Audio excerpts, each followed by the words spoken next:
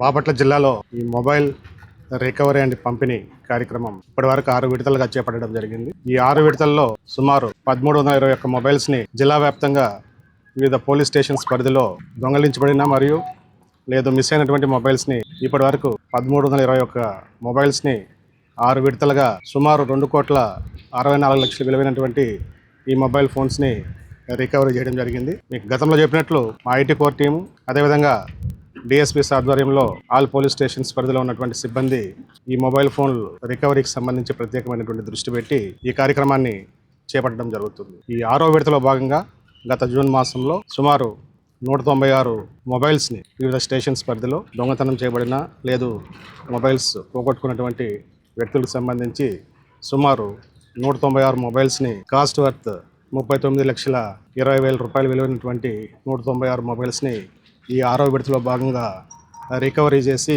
పోగొట్టుకున్నటువంటి బాధితులకి ఈరోజు అందజేయడం జరుగుతుంది.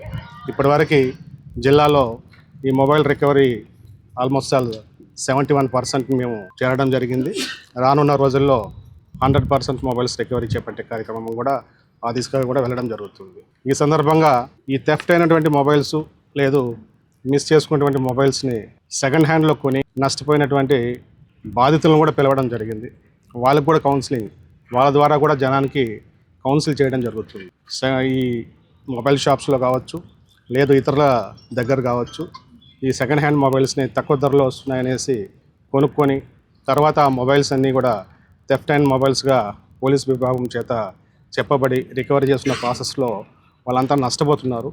కాబట్టి వన్స్ అగైన్ పబ్లిక్కి నేను చెప్తుంది, పోలీస్ విభాగం తరఫున చెప్తుంది ఏమంటే ఎవరు కూడా సెకండ్ హ్యాండ్స్లో మొబైల్ కొనేటప్పుడు సరైనటువంటి బిల్లుల్ని ఆ కన్సర్న్డ్ సెల్లర్స్ దగ్గర నుంచి ఎవరైతే అమ్ముతున్నారో మీకు షాప్స్లో మీకు తక్కువ రేట్ అని చెప్పేసి అమ్మడానికి ప్రయత్నం చేస్తున్నారో వారి దగ్గర బిల్లులు అనేది మీరు అడగాల.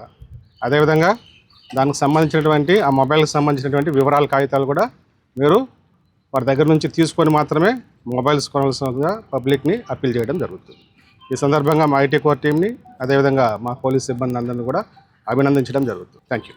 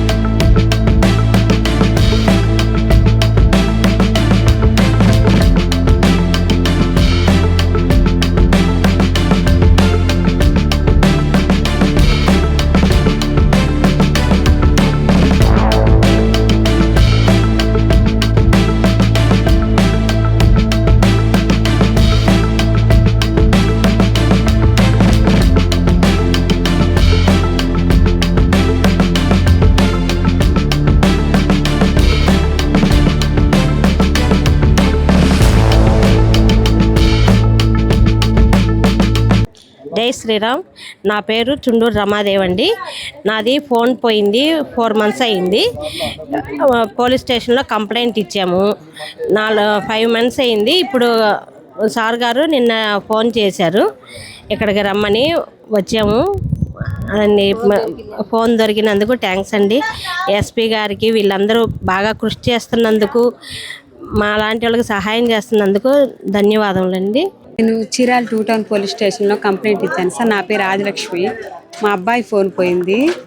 అయితే అందులో కొంచెం ముఖ్యమైన వీడియోలు అబ్బాయికి సంబంధించినవి అన్నీ ఉన్నాయి, కాలేజీ ఫీజులు కట్టినవి అవన్నీ ఉన్నాయి.